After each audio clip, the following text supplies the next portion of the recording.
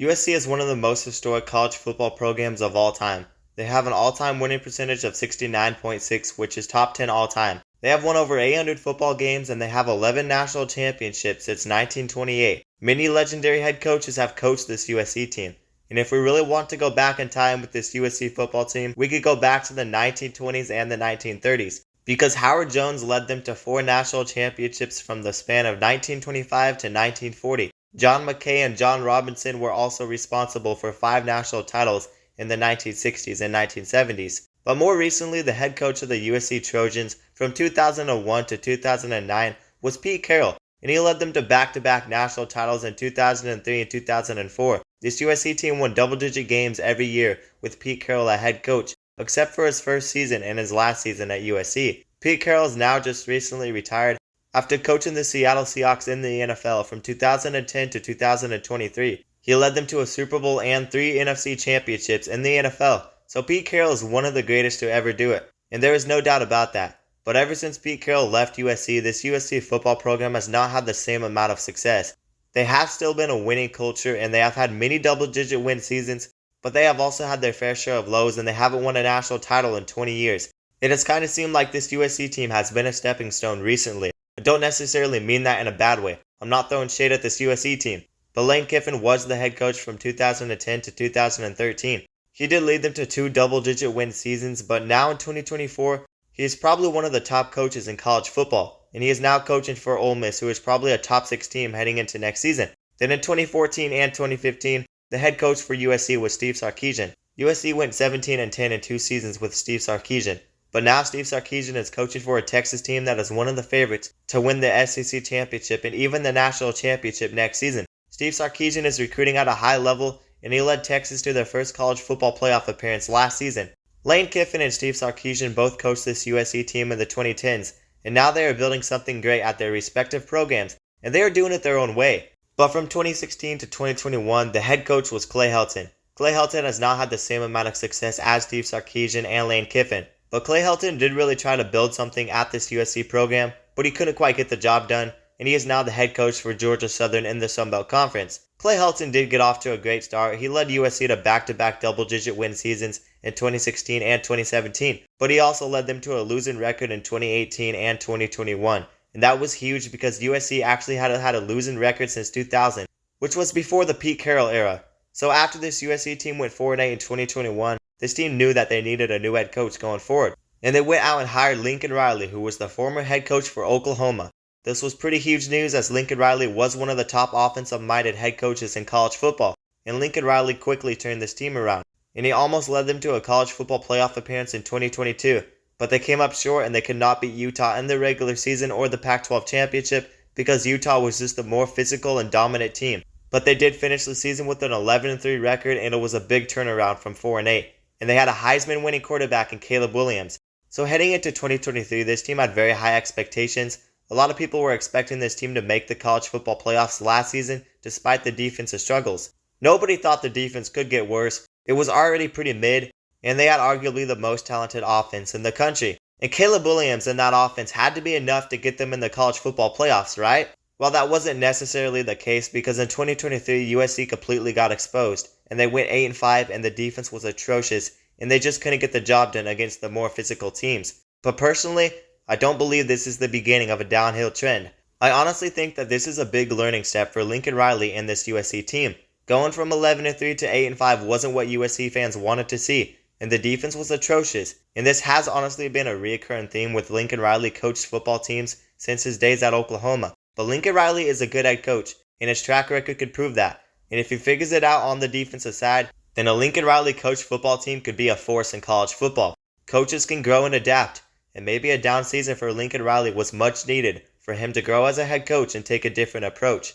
And today, I wanted to talk about this USC team and why I think they could be a serious threat in the Big Ten going forward. And I wanted to talk about the new approach with this USC football team on the defensive side, because I still think this team has a lot of positives heading forward despite the down season. Some of you may be high in USC, some of you may not be high in USC, but I'm going to give my thoughts on this USC team today. And of course, as always, before we get into the video, let me remind you guys to like the video and also subscribe to the channel and turn on notifications so you never miss an upload.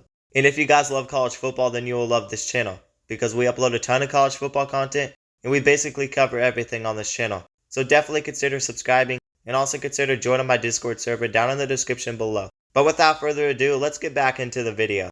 After an 8-5 season and a low point for Lincoln Riley's head coaching career, you kinda have to reset and rethink a lot of things. And like I said, I think Lincoln Riley may just be taking a new approach with this USC football team. This offseason, he went out and completely revamped this USC defensive coaching staff like nobody would have expected. Saying that this is huge for USC is a complete understatement.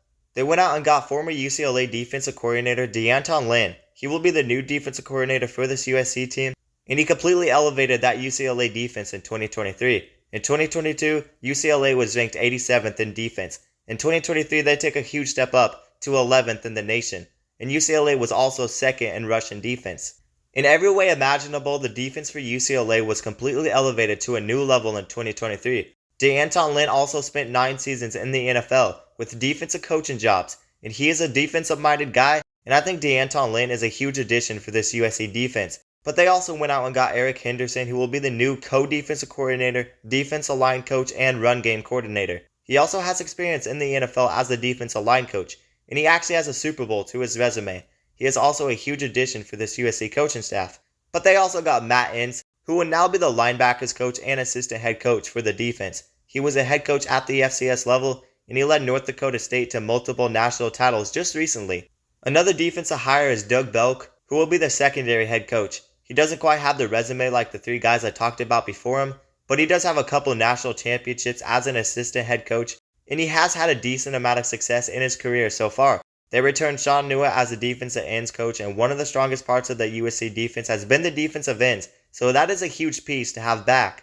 And from top to bottom, this defensive coaching staff is elite, and Taylor Mays, who is the defensive analyst, played a huge role in USC's win over Louisville in their bowl game last season, and he is also huge to have back in this coaching staff, even if he doesn't have a huge role. He has a bright future as a coach, and he could step up even more in the coaching staff for this USC team. The question is, can this defensive coaching staff for USC pay off? Coordinators come and go all the time, and I do not think this is a type of situation where the USC defense will be completely fixed in one season. There's a lot of work that needs to be done, but if USC can get back to playing at least average defense, then they could potentially be back to where they were in 2022, winning double-digit games. Maybe they won't be winning double-digit games in the Big Ten, because the Big Ten isn't the Pac-12, and average defense will probably not cut it. But Lincoln Riley and this USC offense brings a huge X factor to the Big Ten. And imagine if they figure it out on defense, because there's no telling how good this team could truly be if that happens. Lincoln Riley is putting in work in the 2025 recruiting cycle. Right now, USC has the 3rd best 2025 recruiting class. They flipped 5-star defensive lineman Justice Terry from Georgia, who was actually from the state of Georgia, which is pretty insane. They also signed 4-star edge rusher Isaiah Gibson, 4-star safety Hilton Stubbs, and 3-star defensive lineman Gus Cordova. The only offensive commit that they have is 5-star quarterback Julian Lewis, who was the top quarterback in the class of 2025. Lincoln Riley is also getting going in the 2026 recruiting cycle, but it is a little bit too early to talk about the 2026 cycle. But all I'm saying is all the signs are pointing towards a defense that might just be trending up. They also have a top 4 transfer portal class in the Big Ten. 7 of the 11 pickups were on the defensive side. They stole many pieces from an Oregon State defense that was pretty decent. They also picked up 4-star defensive lineman Nate Clifton, who was the sack leader for Vanderbilt in 2023. They do have talent on the defensive side. They just have to put it all together. And if I was blindly looking at the defensive coaching staff, not knowing the concerns USC has on defense, I would honestly say that this is a team that could win a national championship just based on the defensive coaching staff. USC is going to ball out on the offensive side. I don't have many concerns for the offense. They do have a lot of pieces coming back despite losing a lot of starters.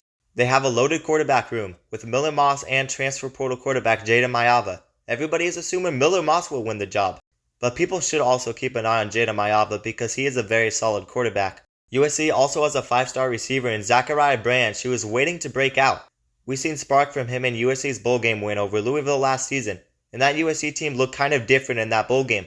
And that's another positive USC has going forward, because they had a really good finish to last season and they had some breakout players in that bowl game. But can those breakout players carry their success over from last season is the question.